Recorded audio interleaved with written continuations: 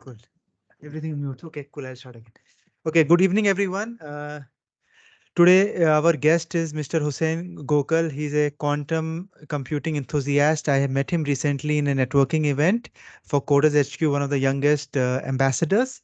And he is going to talk about his journey. So, welcome, Hussein. Thanks a lot for giving this opportunity to talk to the audience and share your incredible journey. So over to you.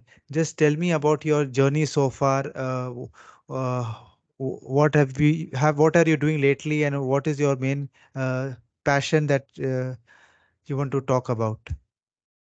Sure. So, hey everyone, my name is Husayn Gokal. I'm currently a ambassador, one of the youngest coding ambassadors for CodersHQ, an initiative under the AI office or the Ministry of AI in Dubai. What we aim to do is essentially encourage coders to reach their best potentials.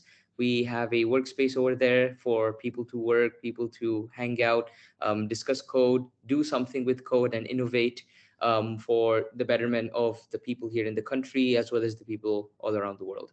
So I also do a lot of other stuff in my time. I'm currently a student. I'm studying in my second year of university. I'm an electronic and electrical engineering student.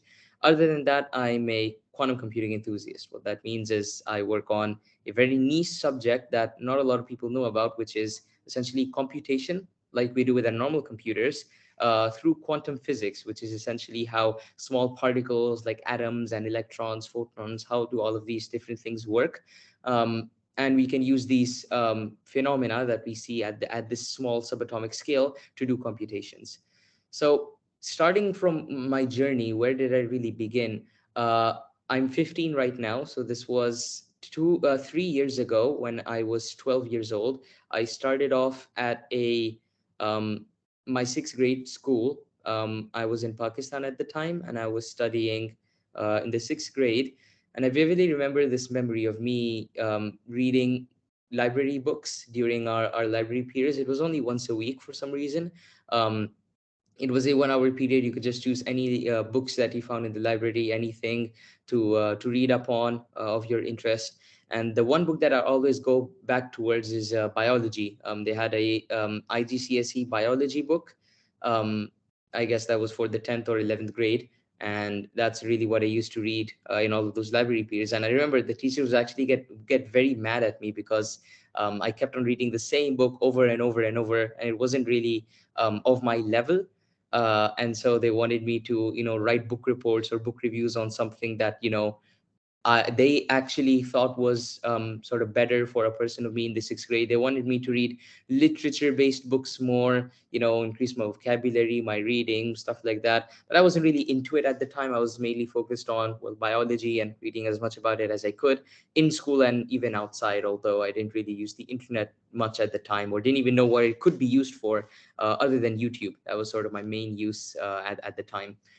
Um, but then I slowly realized, and I was always having a lot of trouble with school. This sort of predates the sixth grade. I would say the first grade and onwards. I always noticed myself being different from my peers at school. I used to actually enjoy studying. I used to want to listen to teachers at school. I wanted to actually get something from the 6 hours or so I'd spend at school. Make it more efficient, that sort of stuff. I just looked for ways constantly to make my time use my time to the best possible. So eventually what I ended up doing was I asked my parents. Serious question, you can just imagine this in your head, and I can imagine how weird it was for my parents as well. You're a sixth grader, you're 12 years old. You go up to your parents and you say, "Mom, Dad, I want to quit school." I can just imagine that, any parent whose son or daughter might come up to them and say, "Dad or Mom, I want to do this." Um, I can't even imagine, how a parent would possibly respond to that. But my parents heard me out. They heard what I had to say. School, it wasn't really very efficient for me. I was always getting bullied or picked on by friends. I didn't really have any friends, but peers, people who I knew at school. I wasn't really getting any real advantage from studying, and they already knew that I was sort of, I guess, above brain level of like average people, because I guess I always scored first in all of my classes. So because that was one indication. Another would be my public speaking skills. I started speaking very late when I was born, around 3 years old, which is not usually how late it is, I believe. So I was a bit late to that. But when I did start speaking, I was extremely confident. I remember my mom telling Yeah. me the story. I walked into a conference that they were having at work one time, because I used to come to work with her.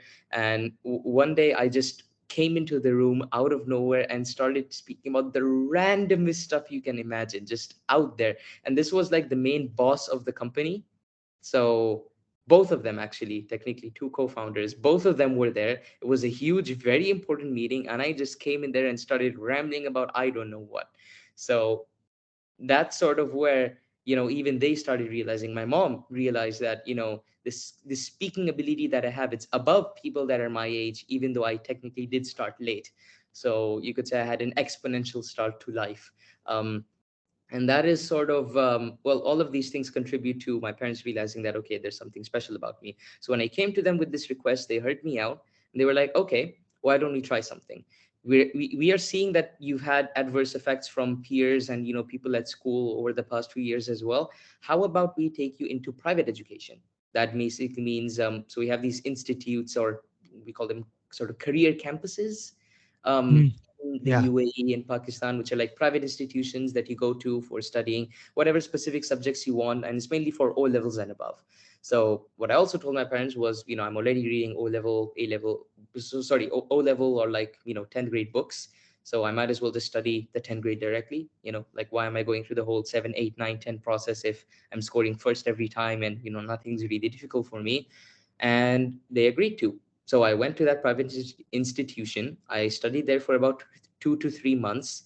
Um, I scored good marks, but I was still not having any fun, because there were two issues over there which were similar to what I was facing at school, but a bit different. First of all, again, the peers, they would pick on me and bully me for, well, for different reasons, but at the same time, the output on me would be the same. They bully me, they pick on me, they laugh at any stupid questions I said, because still there was like a 4 grade gap. I remember a few of the math questions I asked, because I'm not actually that good at math. Um, or it's not that intuitive for me, I'd say. I'd ask these questions and people would laugh at me, and so I'd be get picked on for the other reason, which is, initially when I came in there, I wasn't as smart as my peers, because of skipping some of that education. And then even after I got a bit better, I sort of proved to everyone that, okay, I can do something. I'm able to be in this class. There were still issues, because I would not be at the same mental level as them. Either way, I would want to work, I'd want to study, they'd want to play, mess around, or just not really do anything but studying. And so I was having the same difficulties there, more or less. So then what I decided to do was, okay, how about we try a private tutor? So one to one, they come to my house and we see how that goes. And actually, before that, I tried the same institution thing in Pakistan. I had the same issue. So I'm just sort of skipping through that part. But then we tried private tutoring. The thing with private tutoring was the 2 or 3 tutors that we did get were, how can I phrase this in a way where it isn't offensive? At that point, I developed my brain to a point where I knew how to self learn quite well. And I felt like the teachers who I had were dumb, not exactly at the level where I wanted them to teach me. So, as an example, I had a tutor who was teaching me trigonometry, very very basic, 10th grade, sine, cos, tan. He was teaching me the basics. Okay, this side corresponds to this formula or whatever, and then I remember him telling me something that was actually wrong.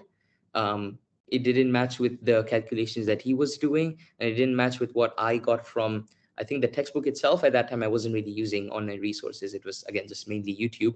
Um, but I had this this argument with my teacher, and I actually looked at online resources, and I found that my teacher was wrong. I looked at the answers at the back of my book, and I also found that my teacher was wrong. And so I realized that, okay, this is not going to work out either.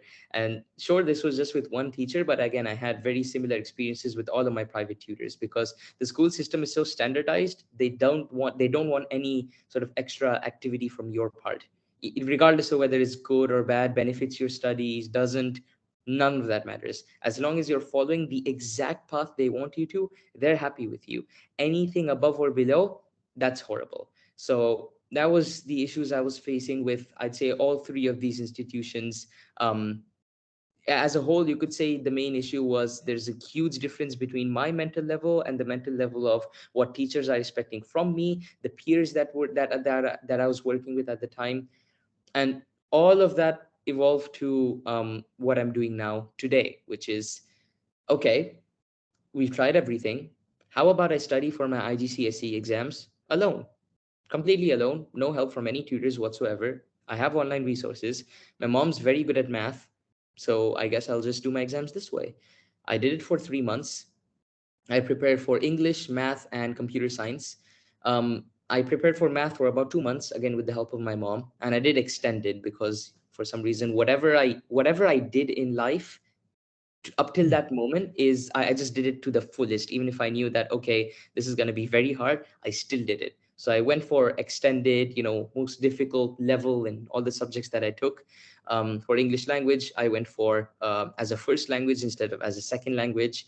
Even though I was a private student, I technically didn't have to do a first language subject, as mandatory, but I still took English as a first language. I took math extended, and computer science was, well, there was only really one option there. So I took those subjects. I prepared for maths for 2 months. I prepared 0 days for English because I was confident in my own abilities to do well in the exam. And I took, I think, a total of 10 days to prepare for the computer science exam, and actually prepared by teaching others. And that's sort of the next part of my life I get to, which is where I realized that I'm a teacher. Like I'm a born teacher. I am really good at teaching, not for the fact that I can explain concepts clearly, or because I can take the concepts that are in my head and portray them really well. I'd still feel like I have a lot to go there. But the main benefit is when I teach, I'm able to sort of take the concepts that I already learned and improve them in my own mind. And so as I'm teaching the lecture, I'm improving my own concepts. And then as I'm answering students' questions and teaching them during the lesson itself, where I'm the one who's teaching, I get the most benefit out of that lesson itself, because those concepts are being reiterated in my brain using different sort of in different ways, trying to make different kinds of people with different mentalities understand what I'm trying to say, these follow up questions and everything. And so, while when people ask me, why are you good at teaching? Why are you good at public speaking? I'd say it's not because I can connect the best to my students, or I can connect the best to the subject that I'm teaching. I'm really gifted or really good at what I'm doing. It's none of that. I believe it all comes down to the fact that I am able to revise things in my brain at in a way where during me teaching someone else, I am the one who's actually learning. So after realizing that and trying it with this computer science, my exam in IGCSEs, I got an A+, I got an A in English, and I got a B in math. So for the amount of effort that I put in, which was honestly nothing compared to what, like, typical A-star students put in, I'd say I was doing like 4 or 5 hours a day. Like at max, I was doing maybe like 9 hours, and even those 9 hours were just like for a couple of days. I'd say like a week before the exam. And that was also because my parents were forcing me to, and I had like a lot of high stakes because of me failing, technically failing school, then this institution, and then private tutoring. um, and that's why I sort of went all in during that last week, and I got good grades, at least better than my parents expected. They expected like maybe C's, possibly even D's. So that was way above their expectation level. After that, they basically so after that, my academic journey was basically, they let me do whatever I wanted to. My ASNA levels, I attempted my AS levels, but I was in Pakistan at the time, alone for the first time in my life for 4 months, due to a few reasons we had here and there, and that really sort of demotivated me mentally. And I wasn't able to score good grades. Honestly, I got horrible grades. I'm not even scared to mention them. I got a B in computer science because that's sort of my best subject overall. I got a D in thinking skills. I didn't do math. I was too scared to. So I took thinking skills instead, but I got a D, and I got an E in English. So E for English, I guess. But yeah, that's that's sort of the grades that I got at that level. But then, I was looking towards alternative education methods. And before I continue on this sort of academic cycle of, how my life was progressing, I do want to mention um, what I was doing on the extracurricular side of things. So when I was actually in one of my campuses, my tuition campuses, before I switched to private tutors and then the self learning, my exam, at that time I was actually working on programming. So I had this friend, this person in class. He was 17 and a half. I believe I was 12 and a half at the time. So we had like a 5 year difference. Like 5 years, I feel like that's pretty big. He was studying O levels at the time, so he actually did his academics late. I was doing it early. Um, but he was a programmer. He was a JavaScript desktop programmer. He made these funny little scripts. They were quite fun to watch. And so I asked him one day, okay, how can I learn? How can I be able to do this sort of programming? Um, and the response I got was not exactly the best. He essentially demotivated me, or told me that, oh, come on, you're too young. You can't do this. This is way too hard for you. You can't even understand the basics of what I'm telling you. And honestly, again, I honestly couldn't understand a lot of the things that he was explaining me himself in computer science. And so yeah, he demotivated me. But at the end, I was like, no, I'll keep on pushing. I'll keep on doing this. Hmm. And the thing with me is, whenever someone tells me no, I essentially do research on my own or see how I can do it myself, and then I do it 10 times faster. So I went home. This is essentially the first case that I see in my life of that happening. I went home, I searched online for the first time something other than YouTube. Um, how to learn to code or something similar to that. I can't remember the exact phrase, but I remember I found Codecademy. I started from there, as I think a lot of coders have in my day and age. But I started with HTML, CSS, JavaScript, basic web development, and then I moved on to Python. Um, I won't really go into the details of how that went, but I basically picked up the basics of HTML and CSS in about 2 weeks or so. I was going really fast, so like 4 hours a day. And then I didn't go towards JavaScript at the time. I wanted to go towards Python because I was hearing a lot about it. I wanted to get into like proper backend programming, not website backend programming, if that makes sense. Hmm, yeah. And so I wanted to go into that sector. I started doing Python, but then comes in one of my biggest social issues, or I'd say emotional issues. I have a few mental disorders here and there, but I feel like the main one that I was suffering with at the time was um, explosive anger disorders, where you'd suddenly just get an immense outburst of anger. And this sort of, I believe this stems from low self-confidence. I've heard in a few places, because even though it may not seem like that, I proved Hmm. everyone in my life wrong. I went on a path that I sort of self-made for myself. I was still not confident in myself. I was having severe imposter syndrome during those the few years of my life. It was sort of building up to that stage, and at that point, I sort of broke when I started learning Python. It was very hard, coming from that whole logical thinking, algorithmic thinking perspective, trying to see how things would match up. Um, I mean, initially, my hats off to any like new coders who are actually going through that stuff, because for me it was very difficult. I'd say more difficult than it was for most people. It took me an entire year to do Python. And when I say to do Python, I mean sort of learn the basic syntax to the extent where I could actually apply them in basic concepts, make basic programs. Because up to that point, I could not use any logic that I had in my brain. Like, it was genuinely one of the things that I feel like, made me as a person have that sort of critical thinking and approach to life, and unlock that part of my brain was programming, and me just struggling through it hard for about 1 year. Obviously, my parents' support was there, because, again, I had huge anger issues during the time. My parents were there to support me, and I can't thank them enough for the things that they did at the time and what they've been doing and still are doing to this point.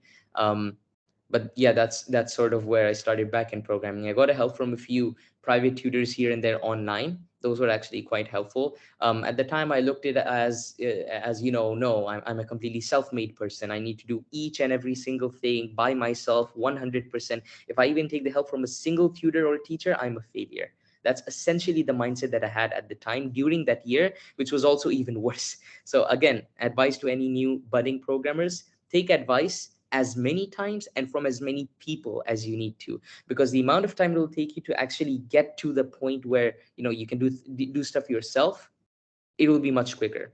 So there's not really a point to doing things, completely by yourself, 100% self-learned person.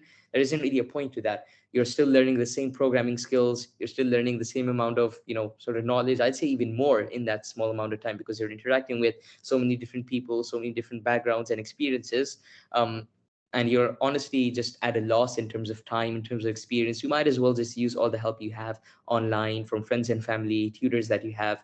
And again, this goes back towards my parents, because they forced me to take these private tutoring classes, but that sort of opened my mind a little more to that algorithmic thinking structure. Um, and eventually I got through it. Eventually I felt like I was confident enough with the language, with algorithmic thinking. Pseudocode helped a lot. I'd say the number one suggestion I'd have for beginner programmers, other than taking help from as many people as you can on the programming side of things, especially when you're in a beginner, the second you delve into a coding problem, you read the question, you map it out in English. You write English code to solve it, and then you go towards the coding part, because that English code is essentially your universal language to translate it into any programming language or any computer, any interface that you possibly wanted to. So, as we now have with ChatGPT, which I could never have expected at the time, Yeah. English was a language to make you understand the question itself. Now you're using it to literally program an artificial intelligence to do whatever you want it to. So big difference. But anyways, um, that's where I stemmed off from my proper programming journey. And I also was doing a bit of cybersecurity at the time. May seem very odd, but what I count as cybersecurity is finding loopholes and bugs in things, and actually finding ways to exploit them heavily. So one way that I did that was Sharjah Library's ebook reserve system, government system. They have a bunch of different ebooks that they have on the website, and they were renting those books out digitally, signed PDF copies through an app called Adobe Digital Editions. Um, it wasn't a PDF file. It was essentially a new file format that they would just, sort of load into your application. You can only access it through the app, which was only available on desktop. It wasn't even on phones at the time, and I don't think it is still. But they had a 14-day trial on it as well, and I was just having a lot of limitations with that. I was a bookworm, if you didn't already guess. I loved Yeah. reading books. Yeah, and that's sort of where that's sort of what I did in the sixth grade and also onwards. Um, I went towards finding more ways to read books and just gain more knowledge through text. And I found ebooks, and I found this Sharjah Libraries reserve system. I found a loophole which basically enables you to. So the file format itself that they use, you can essentially go into it as a folder, and find the metadata that you have inside of it. And that metadata includes some extra stuff along with a PDF, an EPUB, I believe, of the same book file, and you could essentially get the PDF and read it. Now, the issue was actually, I think it was either opening the PDF file, so you didn't have read access, or you couldn't transfer it out from that specific file. So, what I did was I searched around for what was actually going on, and I found that, okay, this is what's called the DRM lock. It's an encryption algorithm that prevents you from sharing these files, reading them, writing to them. And so what I did was I searched for software online. Okay, how can I break a DRM lock for ebooks? And I found a software. I won't name it because I'm very sure that was probably, well, it's definitely illegal, and it's probably part of the dark web in some way or another. But I found that software. I loaded it onto my computer. Thankfully, there were no viruses. I loaded those ebooks in, Hmm. and I actually was able to break the lock through that software. It was all automatic, but I still felt like a hacker. Technically, the term in the industry is a script kiddie, which is where you literally just use software that's made by other real hackers who actually know what they're doing to do the task that you want to accomplish. And I'd say, again, even today, if you are actually going into the cybersecurity industry or IT in general, you need to start somewhere. And my starting point was just using the tools. Now I have a better understanding of how they actually work. So you eventually do need to start from that point. So I'm not really a fan of, how people in the industry, any industry, talk about beginners like this in such a negative tone. They need to start from using the software and seeing how it works. Then only can they understand the intricacies of it, But I do definitely recommend that everyone does just using the tools as they are. You want to understand the limitations, how powerful they are, how you could possibly hack the tool itself. And so a lot of different factors come in here. But yeah, um, after all of this, I sort of just went on coding, seeing what I could do with code, the programs that I could make. Um, I found out that I hated web development. Um, I still do. It's very, very annoying to do things like, I don't know, aligning and correcting divs and all of these different elements in your web page. I'd rather just be using that time to code like heavy logic on a backend, instead, JavaScript, Python, whatever that may be. And so I resigned from web development, I guess you could say. And during that time, I was actually also getting my first. So this was when I was around 13 and a half, I believe, when I was getting my first clients. By clients, I mean I started posting on a popular website here in the UAE, Dubizzle. After finding out that I could do O levels, and academics in this way by teaching, I wanted to become a teacher, practice my teaching skills, and actually get paid for doing so. So I advertised myself on Dubizzle. I went to these different people contact me who wanted classes from me. By chance, they were in my area, very nearby, and they used to come to my house. I teach them for a while. I remember my first client was 16. He was studying ICT, and I believe the last few chapters, IGCSE ICT, and the last few chapters of the book were HTML and CSS. Yeah, sure.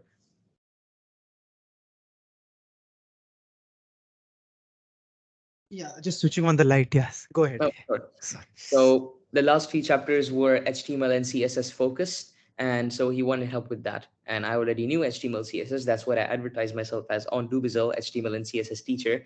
And I got that client 200 dirhams a month for, what was it, like 20 hours a week. It was horrible technically, like from today's perspective, horrible, but as a start, that was amazing. 13 and a half year old getting 200 dirhams a month to teach while improving his own skills.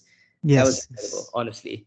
And sorry, just a quick correction there. It wasn't 4 hours a day, 5 days a week. That was a big mistake on my part. I meant 1 hour a day, 5 days a week. So 1 or 1.5 hour, we'd sort of stretch it up and down a bit. I got him for 2 months, um, and then that's really where I started going towards teaching more. And then that was my first client. I got a second one because I had this hobby called Rubik cubes, which Hmm. most people know as that simple 3 by 3. I don't have one with me right now. Otherwise, I'd show you. But I have a collection of Rubik cubes. I can solve more than 20 kinds of them. Um, there are different kinds. If you get into the whole cubing industry, it's crazy. You have mega minxes, which are like dodecahedrons, basically 12 sided, I believe it was pentagons, 12-sided pentagons. So a pentagon on each side and 12 sides in the shape itself. It's called a dodecahedron, I believe. And that's called the megaminx, where you basically solve it to match up all the colors and everything, like a 3 by 3. You have higher versions of the 3 by 3, the 4 by 4, the 5 by 5, the 6 by 6, going to, well, infinity technically. I believe the highest I ever solved was the 9 by 9. And I actually do have the 9 by 9 with me. But again, I don't have it here right now. And I taught the Rubik's cube to a few students as well. And again, that was basically the same amount of time, same price, but it was a fun hobby that I could express, that I could improve my teaching skills with. Because the thing about Rubik cubes is, when you want to learn their formulas, it's actually very intuitive to do so, more intuitive than coding, for example, because we're doing it physically. And children have this thing where, if there's something that they do physically, even if that's just interacting with computers, I'd say, more so than tablets, they just end up retaining the information better because they're actively using that technology or using that tool to essentially learn. And that's something that I've experienced with myself. I've seen in my, well, multiple years throughout early childhood education, which I've sort of indirectly been a part of. And I only realized like a week ago, very, very recent, because last weekend I actually went to an event at the Abu Dhabi Early Childhood Authority. And this was a startup competition for things that you could develop to help early sort of kids um, to give them some distinct advantages in life, improve their brains, how they work, how they develop throughout their stages of life. They specifically centered on the ages of 0 to 2, although there were no projects in that age range. But because again, how can you make a product for someone that isn't even self-aware of themselves? So it's sort of a weird, um, weird sort of industry to solve problems in. But it's a very high potential industry because impacting kids at that age range basically means that you can affect their future growth for their entire life. And so it's a very, very impactful age. And obviously, that impact reduces as you get older, but the main impact range is between the ages of 0 to 8. And so, my product, or well, not my product, me and my teammates' product, um, focused from the ages of 5 to 8, where we developed a language learning application where kids can essentially learn multiple languages at once or simultaneously. Um, but I won't go into those details more. That's basically sort of how I see early childhood mapping into my life right now on a much wider scale. But at that time, it was very, very small. Just me teaching one or two other people, children of my age or slightly younger than me. And then after that whole teaching thing, so teaching, academics, and coding, I feel like these are the three things that are going on in my life at the time. Teaching, whether that was coding or Rubik cubes or whatever it was at the time. um, Coding generally, making projects, trying to improve my own skills during that 1 year of Python. And also um, my academics, which I was focusing on, which was my IGCSEs or O levels at the time, where I was progressing through these three stages: school, and then institutions, and then sort of self-learning, or private tutors, and then self-learning. Now, finally, where I ended up with, and I'd say this is sort of the transition to the modern era, or my recent or current era, that would be when I got involved with CodersHQ. So that's essentially what I'd say really took things off in another direction. What I was essentially looking for, and I believe this is last year. So what I was looking for last year was a way to incorporate my academics with my coding, because I realized at that point that coding is essentially just a tool. I was watching all of these different, you know, videos online about these professional coders, Fang 500, Fortune 500, sorry, um working in Fang companies, and all of these expert coders telling you about, okay, coding is just a tool, you need a purpose that's a bit bigger than that. And so I tried looking for that. I tried seeing how I could apply that, because again, I wanted to maximize everything. I'm all about efficiency and output, like to the fullest extent. And so I was just looking for how I can maximize whatever I've done so far in my life with my coding skills. So that would be academics and coding. I was looking for subdomains that I could specialize in, initially in bio, but then I moved away from bio and went more towards space. But that was only like a 2, 3 month hype stage that I had. And then that sort of moved more towards um, more sort of mathematically rigorous computer science, so algorithms, starting from very basic things like A star search, how that works, best first search, depth first search algorithms in AI. Um, and this was all from CS50 courses online. So that's again sort of the point where I started taking these online courses to increase my knowledge of coding concepts and the world of coding in general, how it applies to things that are have a bigger purpose. And then I found the field that I'm currently now stuck with, that is quantum computing. It started from Qiskit, which is IBM's open source software development kit for quantum computers. Qiskit, the full form being, and I don't know why this isn't discussed online. For some reason, whenever you search up Qiskit full form, never shows up. But from the one or two sources that I have seen, and again, I'm not sure this is 100% accurate, because again, IBM themselves, Qiskit themselves, have not confirmed whether this is true or not. But I believe it stands for Quantum Information Science Kit. So KISS Kit. And the pronunciation also being KISS Kit, nothing else. But yeah, that is what I started with initially. I went into quantum computers, seeing how they worked, joining it with my sort of fond um, sort of what I thought of about chemistry at the time, sort of mixing my chemistry academic knowledge with my coding knowledge, and seeing how that would where that would take me. It was very limited. I couldn't really find many uses in um, bio at the time, but then as the Qiskit nature library developed, and now we have so many different things in simulating molecules, ground states of Hamiltonians, and I don't know if any of this is making sense to the viewers watching. Yeah. Essentially, these are basic chemistry concepts which essentially take these atoms and subatomic molecules you have in quantum computers and actually do the computations with them like you would in normal computers. I started with all of this background. I sort of built it up as I went. I looked at the cybersecurity side of things. That's one thing that I never left as well, because I realized, okay, Sharjah Library, their system, they actually fixed it up. I do want to mention, if you go for to check this bug right now, it doesn't exist. They patched it up. Now you can't actually break the DRM lock of the file. It's too strong. So with that same software, it's not possible. I guess using more traditional methods, brute force cracking, or some other clever way, you could probably find the way to do it. But generally speaking, through that software, it's not possible anymore. So they did actually patch it up. And I didn't report this at the time. I knew about bug bounties when I found this bug initially, or I heard about it after searching online. But I asked my parents about it, and they were like, "No, no, no, don't do it. You'll go to jail. Yeah, the police are gonna catch you, or something like that." Because as expatriates in the UAE, we always have this fear of what the government is gonna do to us. Honestly, that's what a lot of us feel like in this country, especially initially when you migrate over there. The first, I'd say, 5-10 years before you actually establish yourself as something, get a very high status position, job, money, salary, that kind of stuff. And that was the stage with my parents at the time, so I couldn't really blame them. But then that's sort of how I took cybersecurity and quantum computing together as much as I could. And then I found my third hobby in the sort of industry of tech, which is electronics. I started from the Arduino, which is again, I don't have it with me, but it's a small development board which you can use to program um, basically whatever you want. It has a bunch of inputs and outputs. You can program them however you want in C++. It's a modified version of C++.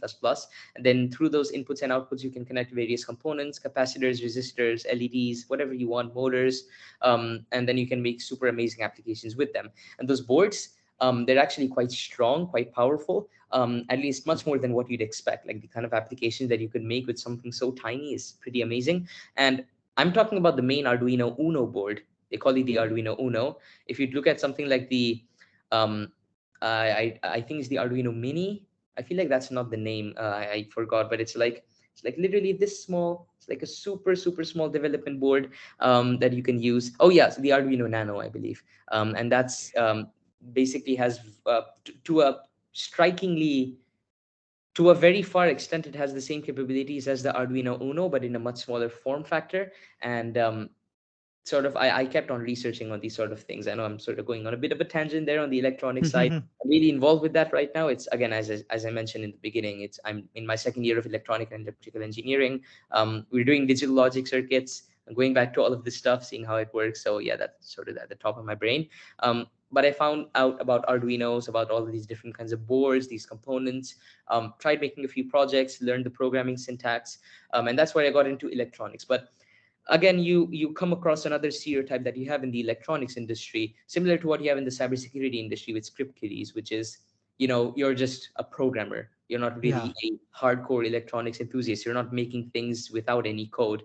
um, you have to use code for everything, even the most basic of things. So can you really be counted as a real electronics engineer? And that's something that I aim to actually do during these 2 years, because I do agree that this is an issue. Not everything needs to be solved with a microcontroller. That's what electronics is really about. Doing things with the physics itself, and then programming is sort of just an add-on to that to make it do things that it can't do. Actually push the boundaries, but where you don't actually need to push the boundaries, or you don't have any efficiency issues of sorts, then why should you use a microcontroller? It is a valid question. So I trying to get out of that phase where I'm just using code for everything, which is what I'm doing during my majors. And I'm just trying to use more hardware for everything. But yeah, that's how I began. That's how I started. I also got a few clients on that side. That's sort of where I started mixing. That's where I really got started getting good at code. But also my electronics, they were at a level where I could make small projects with them or actually work on useful stuff. So I started getting clients other than teaching, work clients, you could say. Those were solving university, college assignments, not solving them outright, but maybe solving them and then teaching the person, okay, this is how I did it, or this is how you should approach the problem. And again, at that time, I'd say ethics wasn't really a big part of my my money earning schemes. So I remember that I often did take university assignments and just did them outright, which was wrong, and I do not, you do not support doing that. But that is how I started, and then as I gained a more awareness about ethics, laws, how you shouldn't do that, how it's unfair. I now developed a teaching system where even if now I do get clients similar to this, or people who just want general help, I give them general help, nothing more.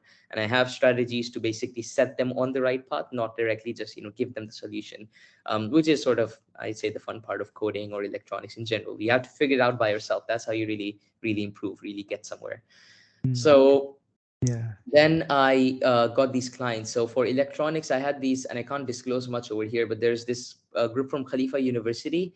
They contacted me again through Dubzel, and they wanted some help on an electronics project.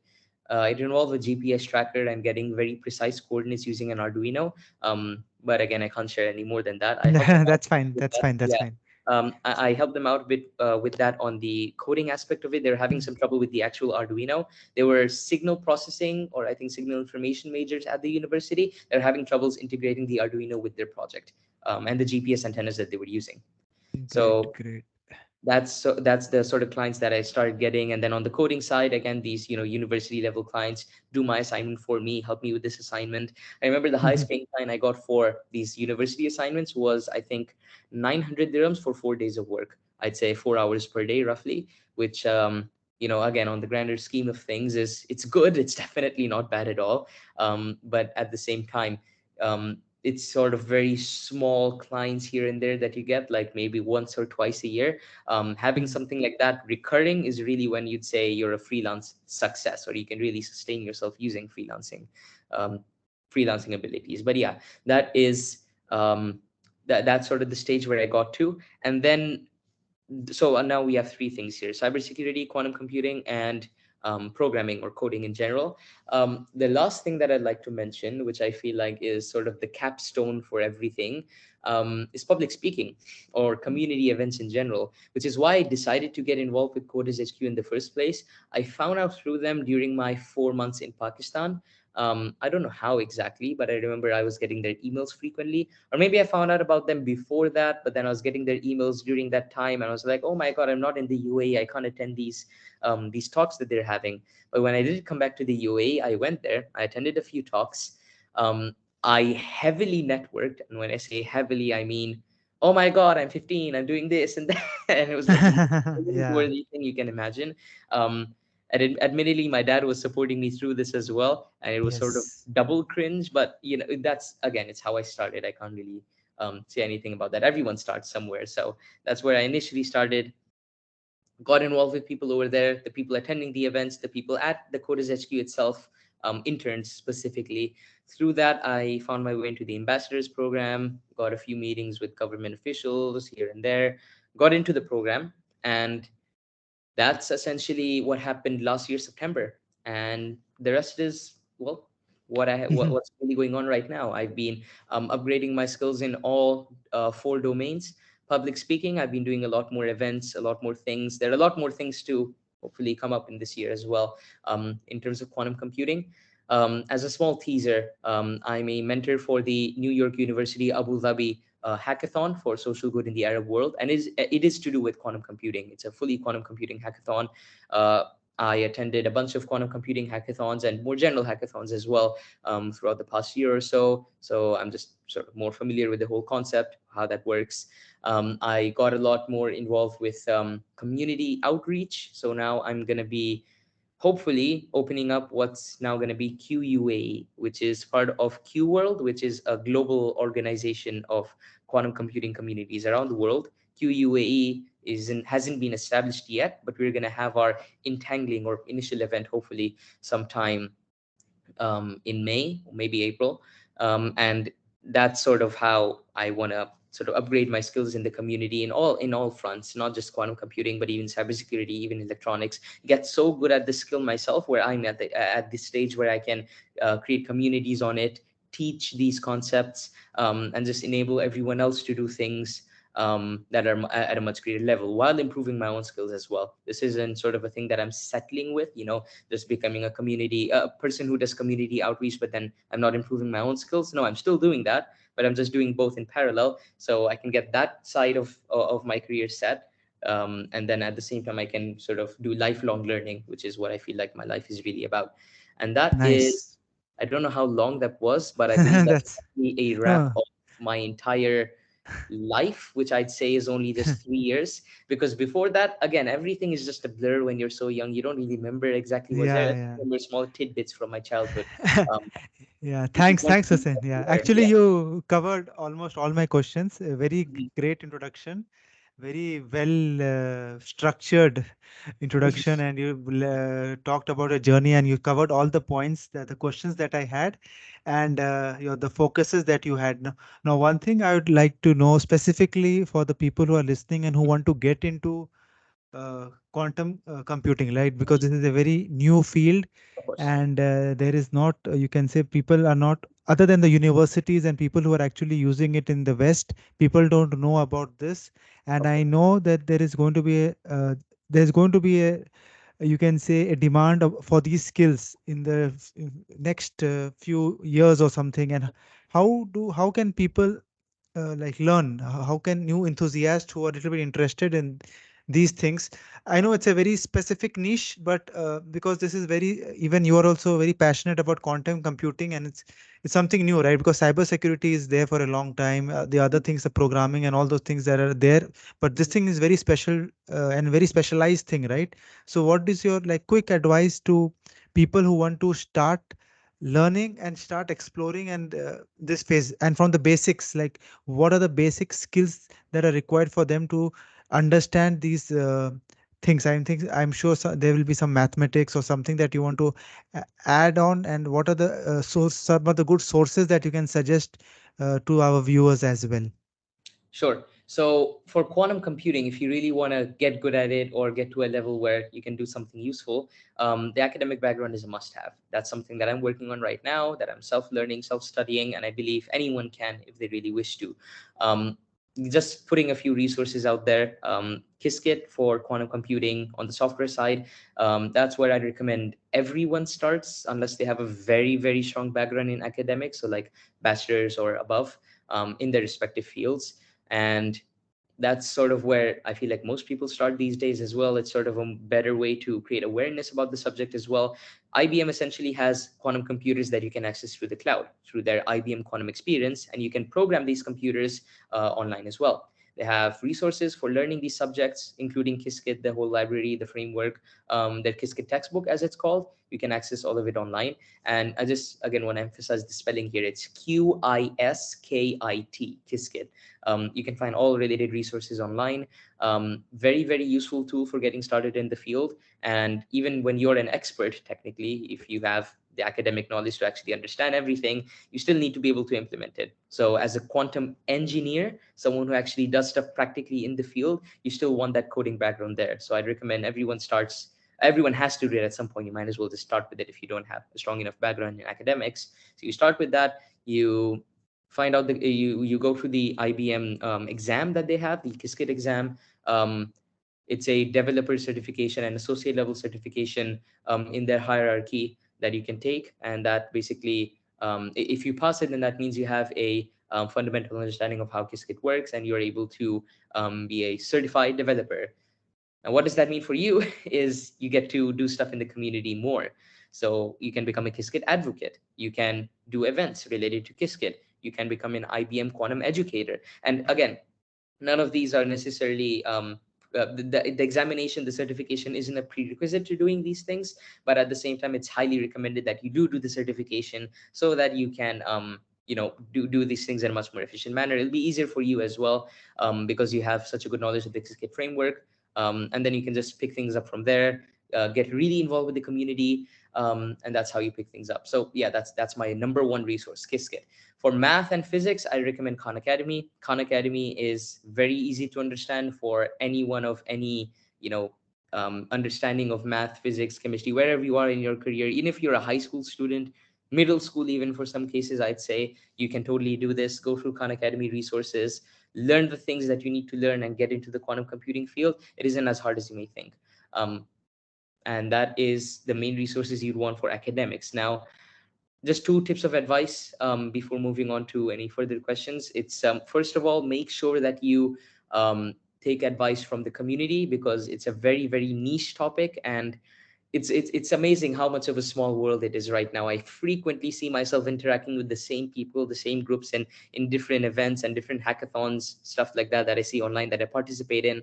um, it is very interesting, but at the same time, you'd want to actually network with these people, not just see them, um, and then not get any benefit from having such a small enclosed community, because that really means that we're all here to stick up for each other. We can all learn together, develop together, really push the boundaries of these technologies, because um, again, I'd say you don't need to have an academic knowledge to actually do foundational research in the field. If you have an idea that's unique enough on the engineering aspect, how can you run a program efficiently on current quantum computers, which have a lot of hardware limitations? How can you run these programs or simulate them on a classical computer? How can you sort of think about sort of quantum philosophy for the future, how it's going to affect things like your credit cards and debit cards, banking systems in the near future, cryptography systems, um, and that kind of stuff. And this actually leads me to my second point, which is make sure that you do interdisciplinary studies in the quantum field. Quantum by itself, I'd say, is also a tool. You can't really get any more with that. You're creating a computer that you can solve complex problems with, but you need to have the knowledge that you can base those problems off. And so I'd say something like cybersecurity, quantum cybersecurity is what I mean by your debit cards, your credit cards, and these sort of things being obsolete in the next few years, because the algorithms are actually based on factoring, which quantum computers can do really, really well. There is a factoring algorithm called Shor's algorithm that you can use to, if the quantum computers are powerful enough, if the hardware is good enough, you can essentially break those encryptions in a very, very short amount of time, to the point where it's basically not secure anymore. It's like the current version of RSA, um, or even worse, I'd say. But yeah, that is something you need to make sure of. You combine these different disciplines: cybersecurity, electronics, so the quantum hardware. I'm really passionate about that. How can you make more efficient quantum hardware? What are the different kinds of ways you can represent qubits? Because with normal computers, you have transistors. With quantum computers, you can essentially choose whatever you want: photons, electrons. You can use MRI scans, the same thing that they use over there, nuclear magnetic resonance imaging. You can actually use that for quantum computers as well. NMRI quantum computers. They aren't very effective, but again, it's thinking out of the box. There are crystal lattice structures that you can use using diamonds, and so many other different unique methods. Again, I can't touch up on all of them. I do want to make a review paper at some point on all of these different methods, just maybe summarizing them academically. But yeah, that's a different thing. So make sure that you combine these different disciplines, very important. And make sure that you reach out to the community, get people involved, get yourself involved as much as you can with different projects. That's how you can ensure success in the field. Great. So, thanks, Hussein, for that. So, what I understand from your vocational, Yep. doing projects. And Hmm. the second thing that is really very inspirational is you are also teaching. You are also trying to educate things about what you're learning to people. So, actually, these are the two things that really make you a master of what you are doing. Hmm. Right. So, this is one of the things that I also tell many of the people there, that you cannot just depend on your academy for your learnings. Projects are one way, that you're doing a lot of projects. Do for any field. I'm not talking specific to all the things you have mentioned. Maybe take it cyber security, take it programming, take it web designing, whatever it is, or machine learning. The one thing, main thing that comes across is doing projects, trying Hmm. to apply the learnings and don't keep it theoretical. Yep. And second is try to teach, right? Even if it is not for monetary benefit, but once you teach others, it is your thoughts are getting well structured, and it is going to be there with you for a long time, right? Exactly. And I don't want to take credit for this specific thing, just teaching or whatever you just learned to others. Technically, I found this method or developed it by myself, Yeah. but I think it's technically called the Feynman method. Richard Feynman, a famous Hmm. physicist in the 90s, who's also, I say, the founding father of quantum mechanics as well. Complete coincidence? I don't know. um, but he essentially created this method or talked about it, and that's essentially what this is named after. So yeah, that's the exact method which I encourage people to follow, which is what I follow throughout the years and I'm still doing as well. Right.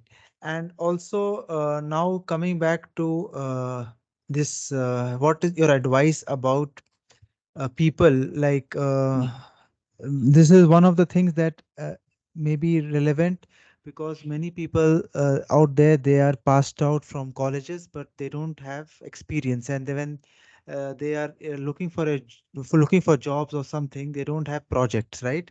Mm-hmm. And they don't they are not networking. I'm talking about the young professionals who are freshers. They are not networking, they are not being part of communities. And you Mm-hmm. have been doing this for a long time, right? You have been parts of community and you have a network, and now you have a name, right? You Yeah. have a name in the industry. So like for those people who are not yet on started these things, right? And who want to get into the job market, who want to start working, so what are your advices for them, for these students Mm-hmm. specifically? Right. So I'd say the top three pieces of advice, one of them which you already highlighted, which is network, network, network, as much as you can. And I'd suggest doing this digitally as well, not just physically with events. There's a reason why the only social media I have is LinkedIn. I don't have any other forms of social media other than WhatsApp that I keep. Technically, I do have a Facebook, but I don't post. So that's essentially what I Yeah. really suggest everyone does, because even if they can't get to events immediately, especially during COVID times, everything was on lockdown. We had digital events, we had LinkedIn, we had ways to connect with people digitally, and that's how it's still been progressing ever since then. So I recommend people join LinkedIn. Use it to the best of its the best way possible. It isn't just about making an account and okay, now I have a LinkedIn account, I'm just getting feeds, now what do I do? No, you actively reach out to people, you connect with them, you see what opportunities you can build. You post yourself, you become a sort of a LinkedIn influencer, or at least try to be. Give out useful information, stuff that people can actually benefit from. Increase your digital circle, and that automatically increases your physical circle as well. And that's sort of what leads you on to bigger and better opportunities. So physical networking and digital networking, I feel like they have an equal importance. During times like COVID, I'd say digital networking has an even greater importance because you couldn't do physical networking. So digital has no bounds really.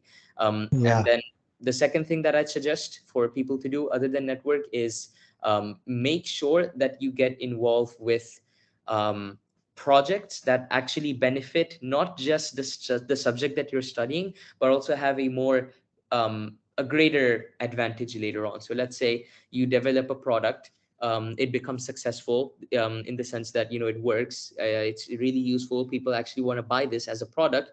You turn it into a business, and now you're rich. So that's one aspect which it obviously is not as simple as that. I don't mean to make it seem like it is, but um, that's essentially how you can use the same project building time that you're spending for something that may be of a greater purpose later on. Maybe you can't guarantee it, but there's the much big chance that it can actually turn out to be that way. And I give an example again. Recently, what happened? I was in Abu Dhabi for this early childhood authority um, startup competition. The startup that we made may actually be able to, we can actually turn this into a business. I'd be freshening up my coding skills in the meantime by developing the actual application, the web application, the mobile application, doing all of the research. All of that stuff is fine, but at the same time you're using it to turn it into a business. So now you've taken your pet project and actually made it a viable product. So do the same thing for code, and actually working on longer term projects, 6 months, 12 months. I know that I'm saying this, technically I haven't really done this as much as I am saying it, but I have seen this being very successful with peers, with people that you see who are actually now, taking their skills and then turning them into viable products that are earning cash from. Again, I haven't done that yet, so maybe you can't believe me completely. But online resources, friends, networks, all of them suggest that the best way to get good is to take longer term projects and implement them to the best to the longest the best way possible, and then eventually turn it into a business that you could potentially do. My last piece of advice would be, make sure that you love what you're doing. Make sure that you really, really, really love what you're doing, because if you don't have that level of passion, you're not going to get through the difficulties that you have. The only reason I got through Python I'll keep on coming back to that example because it's the longest time I've ever struggled to do something at such a level of intensity before. Um, but at the same time had such a good ROI from it. Now that I know Python, I could never do Qiskit without Python. It's literally a framework for the Python programming language. So I could never do it even if I wished to. And it has so many other benefits that I cannot even possibly name. That algorithmic thinking, that way to process information in that step-by-step format, that is really what I can never that's really what sort of doesn't really have any value for me. It's Yeah. limitless, it's valueless, because there's so many benefits that you can get out of this: increasing your own mental capacity, your logical thinking, the ways you think about things in the world more generally, even not just programming and making products. So many benefits that come out of it. So make sure that you really really love what you're doing, because it really is going to get hard, especially for those beginners. If you've seen the graph, it's the desert of despair, which is essentially what you go through while you're in that beginning stage for about a year or so. Which, again, when I found that statistic, it made me feel a bit better. Okay, I'm not the only one who spent like a year getting good at Python or logical programming to that level. But yeah, make sure that you really enjoy what you're doing. And if you don't necessarily like programming by itself, or not as much, link it to something that you have for a greater purpose, because again, it's just a tool that you use to solve bigger problems. I, as an ambassador for CodersHQ, am more on the project management side of things, where I take these developers who really want to do something, are really good at the technical skills, and I help them, motivate them, invite them to sort of shape the community through the skills that they have. So connect it with bigger purposes, connect the tools that you have with bigger purposes, with bigger goals, and go towards those. Work on a big goal for 6 to 12 months, and make sure that you network with people during that time as much as you can. And eventually, when your product is out, you'll have an amazing network of people. You may have an amazing business on your hands once you've actually finished developing the product, and you have had a ton of fun, and a lot of fulfillment by doing the things that you really love to do. Cool. So you touched upon one important part of this in your tips is LinkedIn, right? Yes. And so specifically and personally, I'm asking you, so what are the strategies that you are using in LinkedIn to grow from the network and connect with people in your interests that are there? So, like with the suggestion of working with long term projects, I'm not successful with one yet. So, I feel a bit guilty giving any advice to that, although this is generally what I've seen with my peers in the communities online. But I'd give a similar advice again to LinkedIn as well. I'm not an influencer, I don't have like a million connections or something like that. But the general advice I would give, and how you can get the most out of it, even if you aren't a LinkedIn influencer per se, is make sure that whoever you meet in real life and you think is of value in these physical events, make sure to connect with them on LinkedIn, because that's essentially a digital portfolio of whoever you have in your professional circle that you'd like to do something with in the future. You could potentially do something with in the future, whether that's business partnerships, investing, more something more general, working on a pet project together, working on something that could impact the world, non-profits, whatever you want to do. It's a very good way to get people to be able to do what you want to do. So connect your physical connections to LinkedIn. That's one thing. Second, make sure you post. Even if it doesn't make any sense, if you're not an influencer, it does make sense for those people who then see your LinkedIn throughout the months, throughout the years, and see, oh, okay, this is the kind of stuff that this person is posting. It seems very interesting. I want to connect. And I regularly get multiple connections through the posts that I actually keep on doing, like one or two connections a day, just from people seeing my post and being like, oh, this is a very nice post. Can I connect with you? Okay, sure. And then that's essentially how it goes into, building your own digital portfolio. And again, networking with the people in your industry, in your community. The last piece of advice I'd give is make sure that you have LinkedIn set up as something, not as a social media, not as something that you just scroll through and waste time in, but something that you actively use to build connections, build relations, and really get something out of it. Don't just have a LinkedIn that's just sitting there, as a social media page. You're not really getting anything out of it. Actively use it to build these connections and these relationships to really get some practical usage out of it. And I can give an example of one or two of these. Let's say, when I got my IBM certifications, or what I recently got, I'm an IBM quantum educator. I got the news a few years ago. Sorry, a few weeks ago. And when I got that news and I posted it on LinkedIn, I essentially got a few comments and likes or whatever from IBM, the official account. Now, what that means is I can say, okay, IBM recognizes me now. And then they also know that, I exist, and I got connections from people who work at IBM. Now, what I can say when I go on to do something further in the field is, okay, I have connections with IBM. I'm official part of their community events, their programs like the Quantum Educators program. I am at a position where I'm a leading authority in the industry. I can now work towards something that's much bigger and better. So that's how you can really continue growing that professional circle of yours. And at the same time, you can also keep on growing your professional skills, skill development with the people who you are interacting with digitally or physically. LinkedIn is a big part of that as well. Great, great. Yes. So,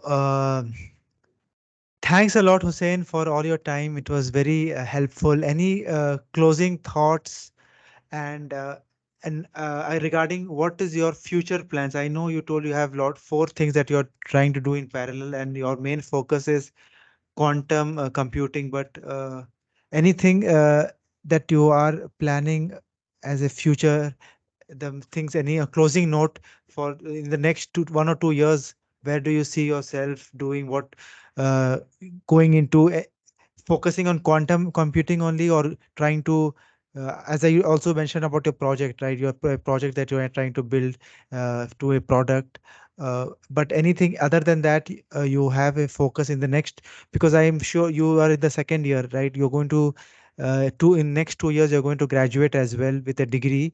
So after that, are you planning to take a job, or are you planning to have start your own uh, entrepreneurial journey? So just a few closing thoughts on your future plans for the next, after you just after your graduation, that is in next 2 years.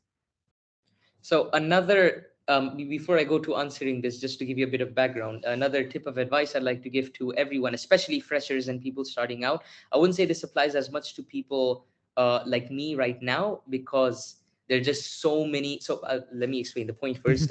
If you if you are interested in a bunch of things, don't just think that you need to be limited to one, whether that's one career, whether that's one specific domain. Make sure that you get the most out of life that you can in every different domain and perspective you can. And what's Yeah. important is you join everything together in ways that nobody ever thought of. The reason Steve Jobs made the iPhone was because you had all of these different products. You had touch screens, you had haptic feedback, you had normal phones that were already there, you had GPS. It's about integrating it all into that one product, that one package, which people just want to buy. And it isn't just about that product perspective either, but also just doing innovations in the field, doing research. If you know different domains, things that nobody would really know about or suspect, you can essentially join things together that one would not really think about. And quantum computing is a great example of this. You're merging classical computation. Computational theory is a subject in mathematics of its own. You're essentially merging that with quantum, or chemistry, physics, quantum mechanics, these individual subatomic particles, how you can do computations using them. Boom, you just made innovation. That's essentially what innovation is. That's how you drive innovation, by merging these different concepts. And so, my future plans are not really just one or two, but a bunch of different things. And I can't really say whether I'm going to be working on this thing or whether I'm going to be working on that thing. But I just want to have a sort of holistic view of everything, these four subjects that I'm interested in, and seeing what opportunities I get. If I'm an entrepreneur, sure, I'm going to be an entrepreneur. That's really hard word to pronounce. Um, but entrepreneur, I could potentially be a researcher. I could potentially do something in academia. I could potentially continue working with communities, building a quantum computing community in the UAE, which I hope to get started from this year and hope to do it long term as well. There are many different ways my life could go. And honestly, there should be no set way you predict whether something is going to happen or not. Make sure whatever you're doing is whatever you love doing. That's why I keep stressing the specific part. If you love what you're doing, regardless of whatever you do at the end, research, entrepreneurship, teaching, whatever it may be, you're happy with what you're doing, you're fulfilled with life, you have peace. So make sure that it is something that you have peace with, and everything else will just work out, as it is. But yeah, all of these are options that I am considering, or may take part in at some point. Mm. Okay, thanks, Hussein. Thanks for your time. No So problem. I'll be just stopping the interview for now. Thank you. So just 1 second. Don't tell me. Yeah, stop recording. Yes.